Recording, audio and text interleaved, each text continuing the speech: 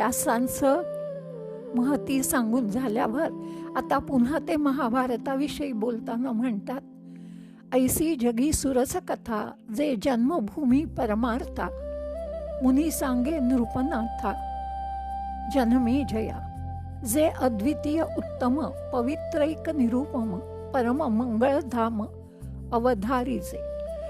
महाभारत रूपी गोड आणि परमार्थाला किंवा परमपुरुषार्थाला प्राप्त करून देणारी कथा वैशंपायनाने राजा जनमेजयाला सांगितली. माऊली म्हणतात, आता भारत कमळ पराग गीताख्य प्रसंग जो संवादला श्रीरंग अर्जुनेसी.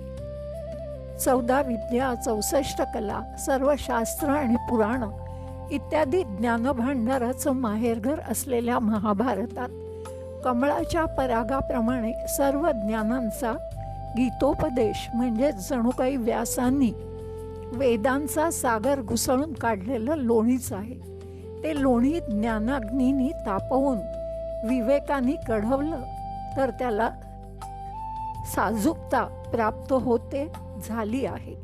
विरक्त पुरुष ज्याची इच्छा करतात, भक्तजन ज्याचे नेहमी श्रवण करतात, त्या भीष्म पर्वातील कृष्णार्जुन संवादाचा कथाभाग श्रोते हो आता मी तुम्हाला सांगतो आहे.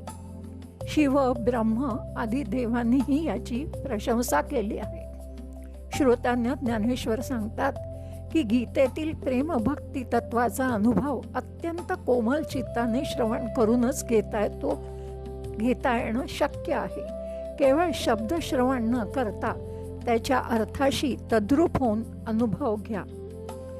एखादा भ्रमर ज्याप्रमाणे हळुवारप्रमाणे कमलदलांच्याही नकळत कमळाचे पराग घेऊन जातो, त्याच कुशलतेने सर्व देहाचे जणू काही कान करून तुम्ही ऐका.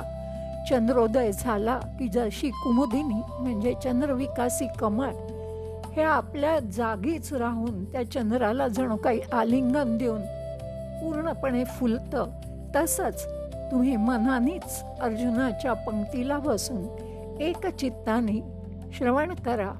आणि असं श्रवण केलं तर तुम्ही निश्चितच गीतार्थ जाणण्यास समर्थ व्हाल.